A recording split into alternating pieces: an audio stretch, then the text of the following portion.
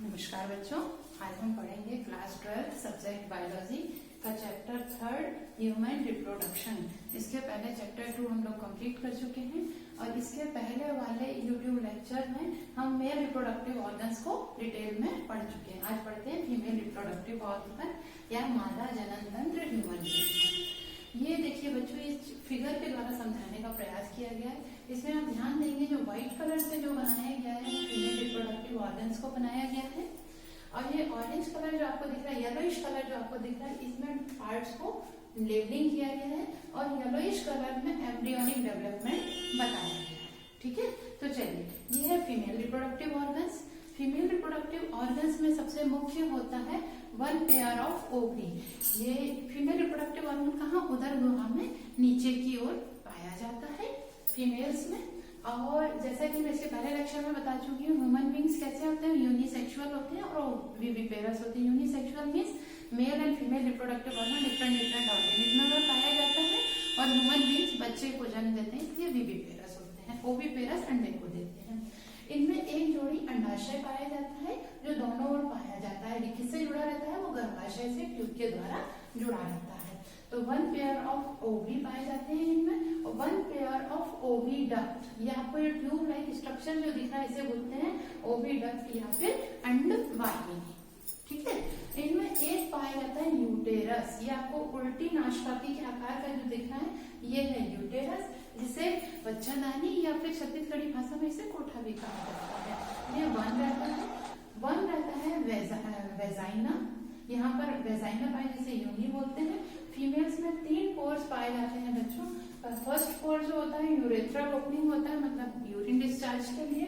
Second portion जो होता है वो वेजाइनल ओपनिंग है चाइल्ड बर्थ और एमसी के लिए। और थर्ड जो है वो एनस है जो फीसिस को सीक्रेट करते हैं, जिससे हम लोग एक्सक्रीट करते हैं फीसिस को। यहाँ रिप्रोडक्टिव तो ये है हम लोगों के female reproductive organs. One pair of ovary, one pair of oviduct, ये ओविडक्ट, वन गर्भाशय, ये यूटेरस है एक, और एक वेजाइना, ये दिस इज वेजाइना। ठीक है, अब क्या होता है, ये अंडाशय में किसका निर्माण होता है, ओवरी का निर्माण होता है। अंडाशय से यहाँ पर जब बच्चे का जन्म होता है तब फीमेल चाइल्ड में कई हजारों की संख्या में क्या पाए जाते हैं, ओवम पाए जाते हैं। लेकिन चाइल्ड बर्थ के साथ ही वो धीरे धीरे नष्ट हो जाते हैं, और लगभग कितने रहते हैं, 450 अंडाणु फीमेल्स में रहते हैं। और हर एवरी 28 डेज में वन ओवम डिस्चार्ज होता है। कहाँ से, ओवरी से। इसे ओव्यूलेशन कहते हैं। और इस प्रकार पूरी लाइफ में लगभग 450 अंडाणु सीक्रेट होते हैं। और इनका सीक्रेशन कब होता है, प्यूबर्टी मतलब यौवनारंभ। यौवनारंभ का मतलब आप सामान्य भाषा में किशोरावस्था कह सकते हैं। इंग्लिश में इसे आजकल टीन एज कहा जाने लगा है। टीन एज मतलब age between 13 to 19 years. 13, 14, 15 to 19 मतलब 13 से 19 के बीच की एज को टीनेज कहा जाता है। उसे प्यूबर्टी, वही यौवनारंभ और वही किशोरावस्था कहलाती है। इसी अवस्था में फीमेल्स के ओवरी से अंडाणुओं का डिस्चार्ज शुरू हो जाता है। ये ओवरी में 450 अंडाणु भरे रहते हैं। 28 डेज में एक ओवम मैच्योर होकर डिस्चार्ज होता है। कब डिस्चार्ज होता है, 14th डे। ठीक है, इसे ओव्यूलेशन कहते हैं। ये ओवरी से ओवम बनने के बाद यहाँ से ये डिस्चार्ज हो जाता है, बाहर आ जाता है। और जैसे ही ये बाहर आता है तो यहाँ पे कीप के समान एक रचना दिख रही है, जिसे फिम्बरी बोलते हैं। चांदी जैसी रचना दिख रही है, इसे फिम्बरी बोलते हैं। इस फिम्बरी द्वारा इस ओवम को कैच कर लिया जाता है। देखिए, ये ओवम कैच कर लिया। ठीक है, इस ओवम को फिर कहाँ पहुंचाया जाता है, ये अंडवाहिनी है, ओविडक्ट। इस ओविडक्ट में किसको पहुंचाएंगे, यहाँ से जो अंडाणु सीक्रेट हुआ वहां पर उसको पहुंचा दिया जाता है।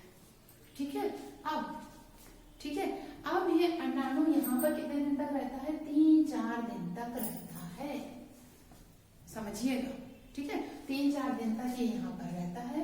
और यदि निषेचन नहीं होता है, फर्टिलाइजेशन अगर नहीं होगा, तो 3-4 दिन के बाद ये अंडाणु इस अंडवाहिनी या फैलोपियन ट्यूब से होता हुआ कहाँ आ जाता है, यूटेरस में आ जाता है और यहाँ पर कुछ दिन रहता है। लगभग 14वें दिन यहाँ से निकला, 4-5 दिन यहाँ रहा, 4-5 दिन यहाँ रहा और लगभग 28 डेज जब होते हैं तो ये वेजाइनल, ये यूटेरस से होते हुए वेजाइनल में आता है और फिर वेजाइनल पोर्ट से ये ब्लड के रूप में, एमसी के रूप में एवरी 28 डेज में ये डिस्चार्ज हो जाता है। ये सामान्य प्रोसेस है। लेकिन यदि फर्टिलाइजेशन होता है, देखिए कब, यहाँ से अंडाशय से अंडाणु निकले, उसको फ्यूमरी ने पकड़ा, फ्यूमरी ने अंडवाहिनी या फैलोपियन ट्यूब में डाला। अब ये फैलोपियन ट्यूब में 3-4 दिन तक है।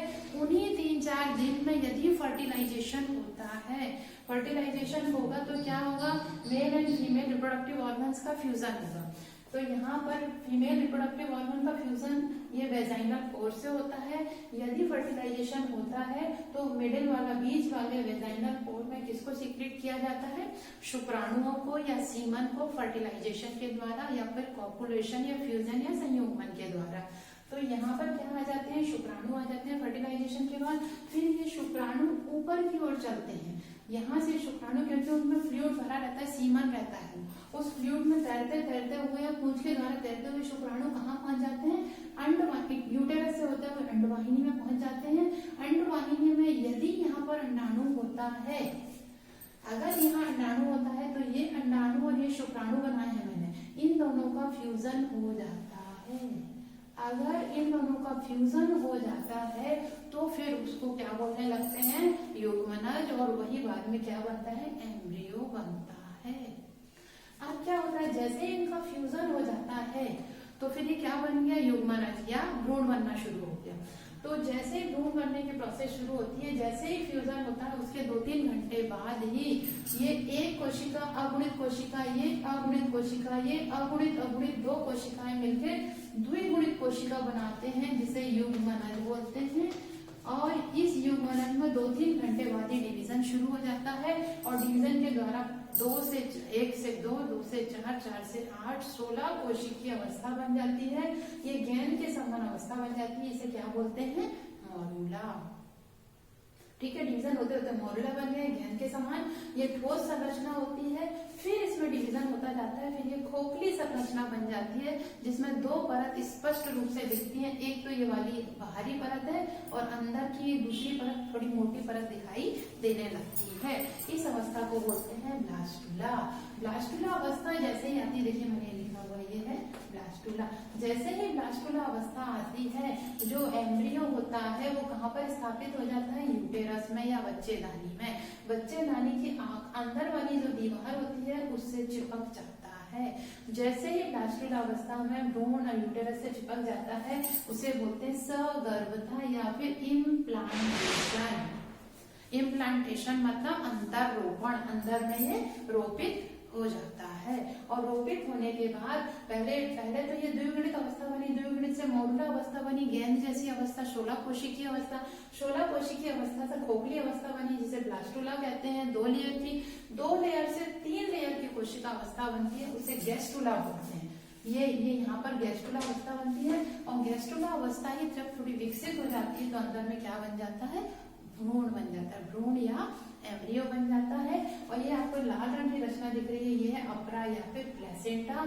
इस भ्रूण को इस लाल रंग की कॉर्ड के द्वारा या फिर प्लेसेंटा या अपरा के द्वारा माँ के गर्भाशय के अंदरूनी दीवार से चिपक जाता है और इससे भ्रूण में पोषण मिलता है, इस तरह से। और इसी अवस्था में 3 जनन स्तर बनते हैं, एक्टोडर्म, मीजोडर्म, एंडोडर्म। और एक्टोडर्म बाहर वाला, मीजोडर्म मध्य वाला और एंडोडर्म अंदर वाला। इन तीनों एक्टो, मीजो और एंडोडर्म से ही भ्रूण के सारे अंग और शरीर का विकास होता है। यहाँ पर आने के बाद भ्रूण 9 महीने 5 दिन या 280 दिन तक रहता है। इसे गेस्टेशन पीरियड कहते हैं या फिर गर्भकाल कहते हैं।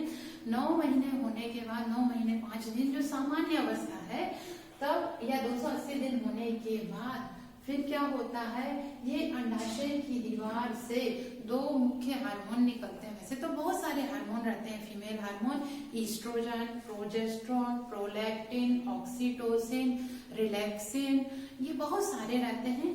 तो इनमें से ईस्ट्रोजन और प्रोजेस्टेरोन दो हार्मोन जो होते हैं वो महिलाओं में किशोरावस्था के सारे लक्षण विकसित करते हैं। जिसे द्वितीयक लैंगिक लक्षण कहा जाता है, वो किशोरियों में किसके द्वारा विकसित होते हैं? अंडाशय द्वारा विकसित दो हार्मोन ईस्ट्रोजन और प्रोजेस्टेरोन के द्वारा। यहीं से एक और हार्मोन निकलता है जिसे बोलते हैं ऑक्सीटोसिन और रिलैक्सिन। तो ऑक्सीटोसिन हार्मोन यहाँ से सीक्रेट होने के बाद यहाँ आ जाता है। जब 9 महीने 5 दिन का समय गर्भकाल पूरा हो जाता है तो ऑक्सीटोसिन बहुत अधिक मात्रा में सीक्रेट होता है, जिसके कारण ये वेजाइना की दीवार में कॉन्ट्रैक्शन और रिलैक्सेशन, संकुचन और प्रसारण होने लगता है रबर की तरह। और इस संकुचन और प्रसारण के द्वारा ये फिर चाइल्ड बर्थ होता है, जिसे हम प्रसव या डिलीवरी कहते हैं। इतना समझ में आया बच्चों? इसमें कुछ अच्छा एक चीज और मैं बता रही हूँ आपको। मैंने क्या कहा?